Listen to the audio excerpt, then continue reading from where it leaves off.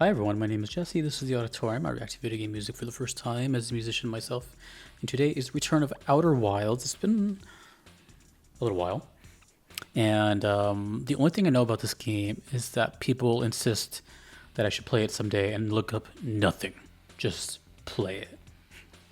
We're listening to two songs today, 14.3 Billion Years from the channel Andrew Parlow, and The River, which is from the DLC Echoes of the Eye, and that is from the channel Clav, requested by Biosleeve and Matthew.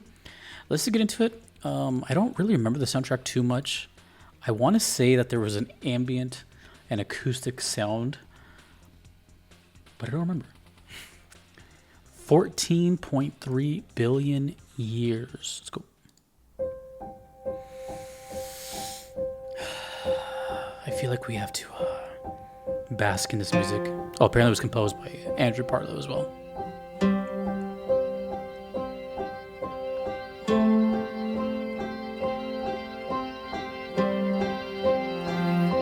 Two notes.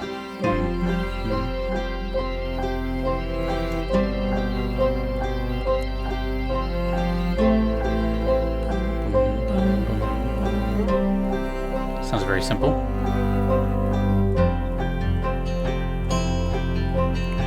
Layers. Play the underlying chord now. Oh right, cello. That sounds kind of familiar.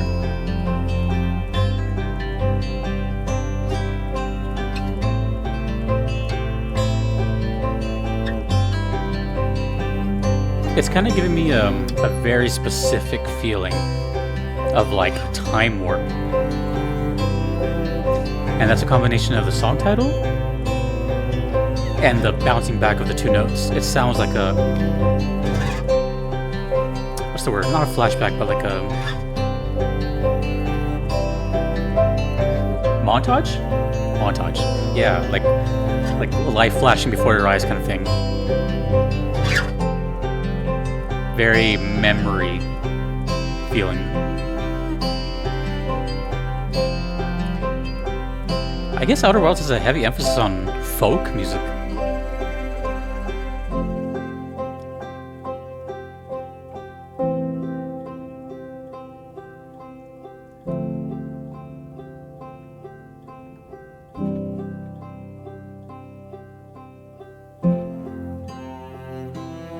Oh, that's cool. They kept the live, like, studio sounds. Gives it a kind of live, homely feeling.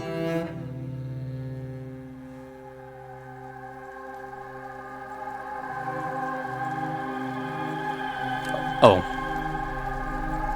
Something has happened.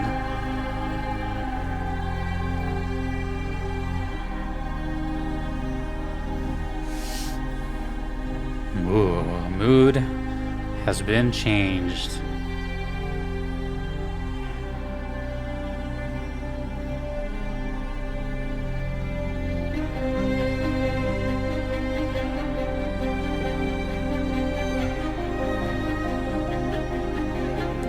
It went from sounding very like home and memory to maybe a bad memory.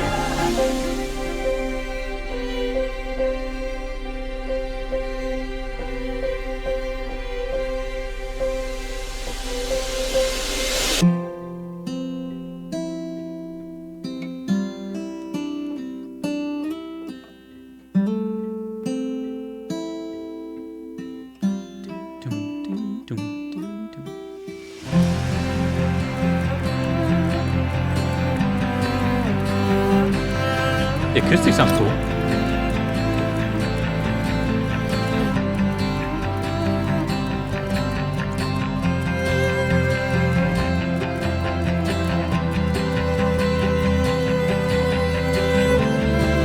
There's a lot of emotions. I don't know which one to pick.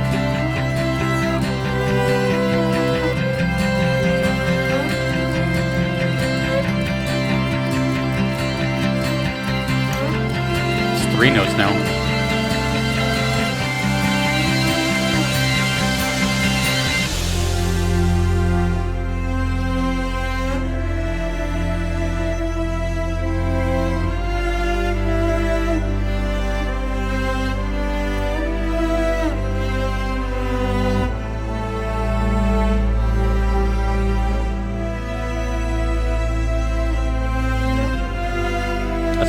actually. It feels like we arrived. This is a very like destination sound right now.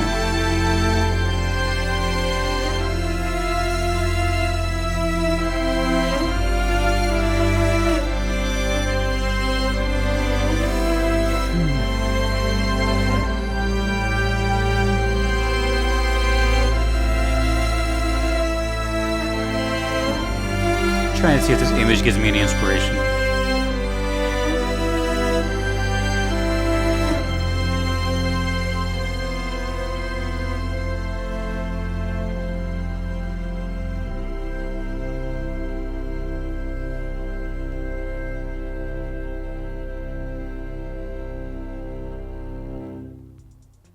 Something about this makes me feel like it's very towards the end of the game.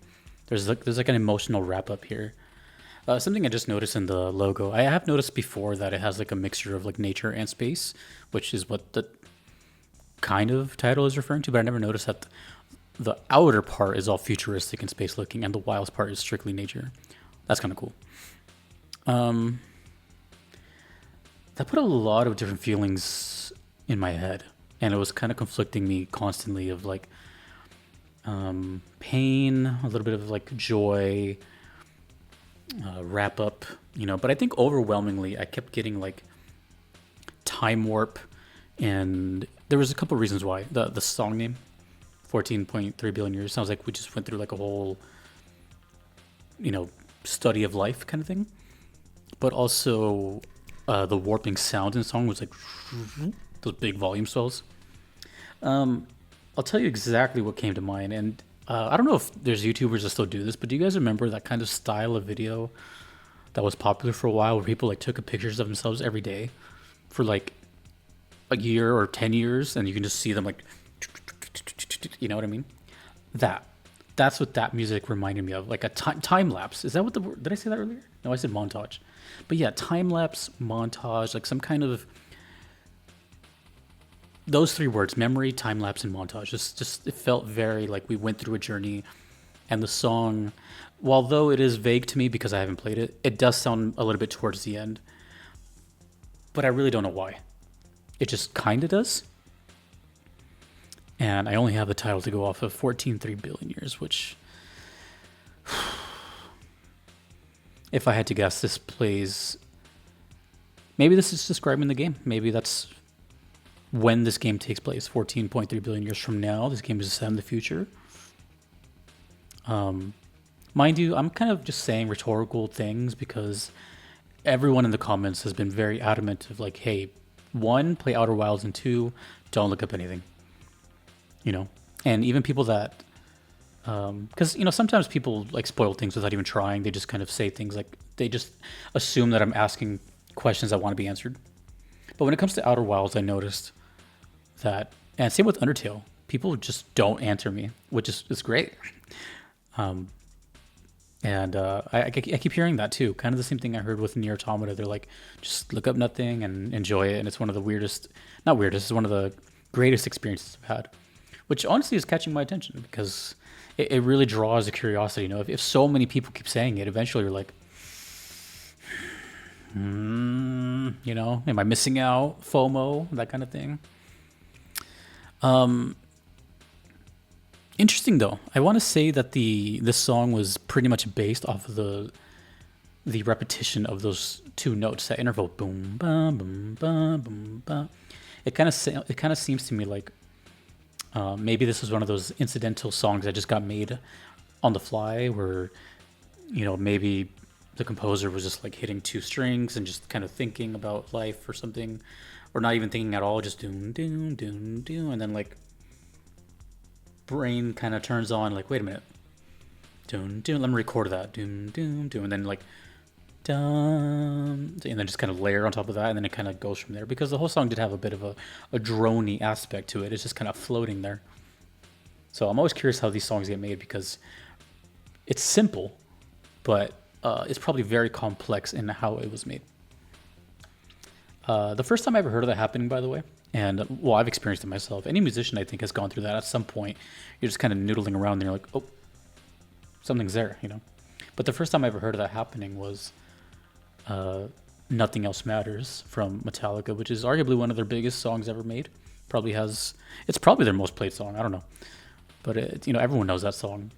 And the singer James Hetfield has said before that he was just like on the phone and just kind of like strumming the open strings of dun dun dun da da da, and made one of the most famous songs ever. So inspiration can kind of come from anywhere. Now this is a first for me. This is I'm pretty sure it is. I don't think I've heard Echoes of the Eye. I didn't know there was DLC for this game. So this is the first time seeing this logo. This one's just called The River. From the channel. Oh, did I say Clav? Yeah, it's from the channel Clav.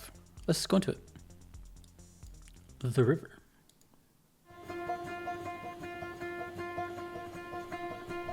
Oh, we got movement.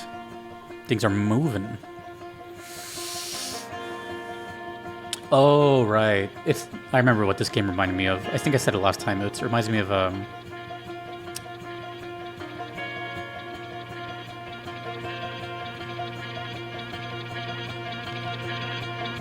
I forgot what it's called.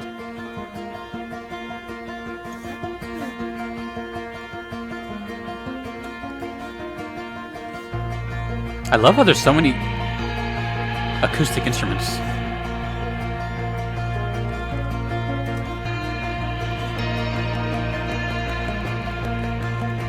RimWorld. It reminds me of RimWorld a lot, if you've ever heard that soundtrack. I've reacted to some stuff here.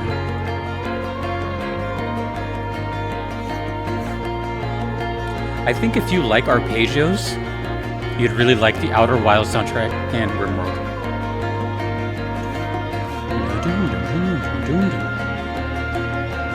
Actually kind of sounds like Hades a little bit. Sort of. Actually, I should say it sounds like Darren Court.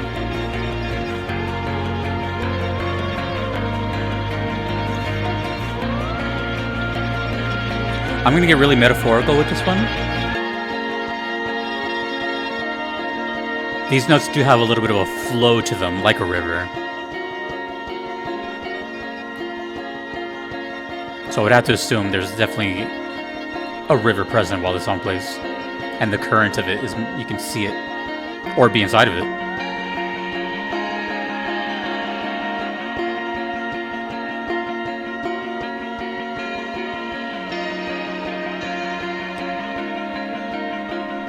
Electric guitar. That's rare.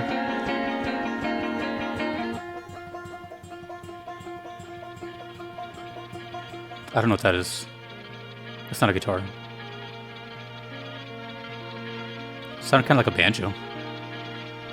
Or a resonator. It's almost over.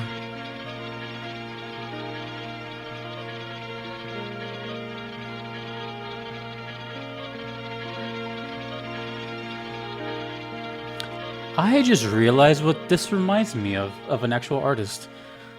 No wonder, I was trying to piece it together. So, as that one was playing, I was thinking to myself, okay, I know what I'm going to say right as soon as it's over. But then another thought came to my head as soon as I thought that. So the first thing I was going to say is, Outer Wilds has like a very unique atmosphere to it where I feel like it's calm, but it's kind of scary.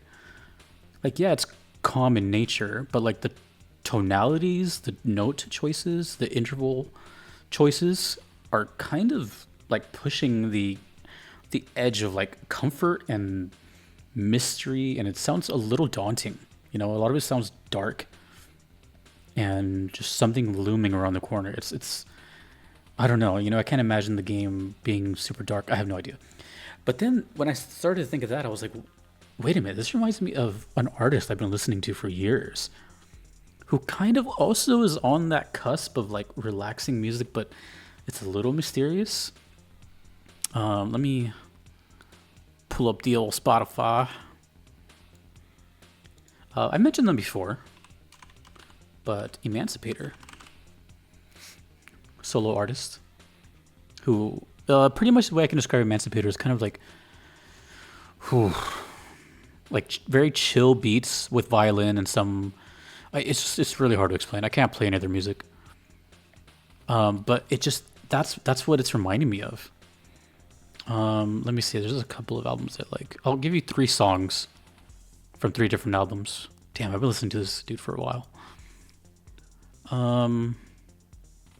Okay. And by the way, I really love Emancipator. So imagine this stuff with like a little bit of a beat, and it kind of gives you what I've been listening to for a while. Kamakura from Safe in the Steep Cliffs. That's a good one.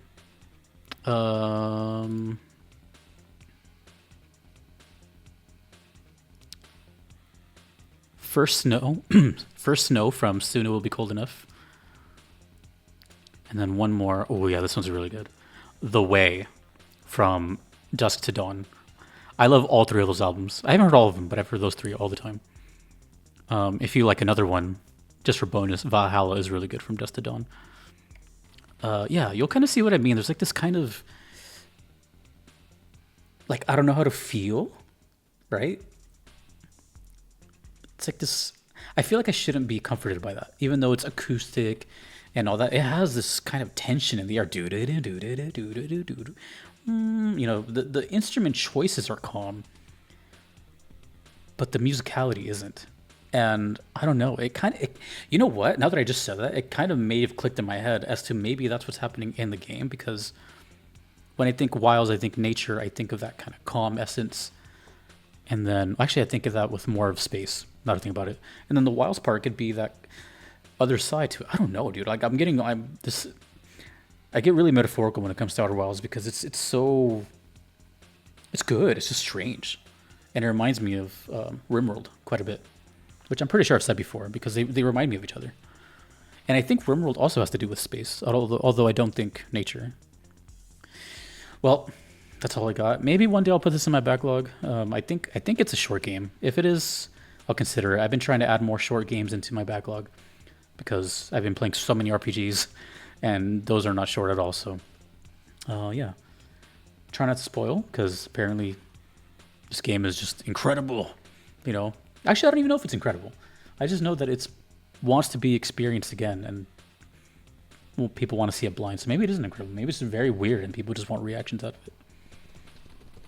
Interesting. That was The River. Definitely gave me the feeling of a current, but when I think of The River, I don't think calm. I think kind of frightening. You know, like getting down, thrown into the current of the river. That sounds kind of scary. That's my reaction. A lot of thoughts. Thank you, BioSteve, and thank you to Matthew. Okay, well, thank you to all the supporters you see on screen. I cannot be here without them. Thanks to you for watching. My name is Jesse in the auditorium. Later.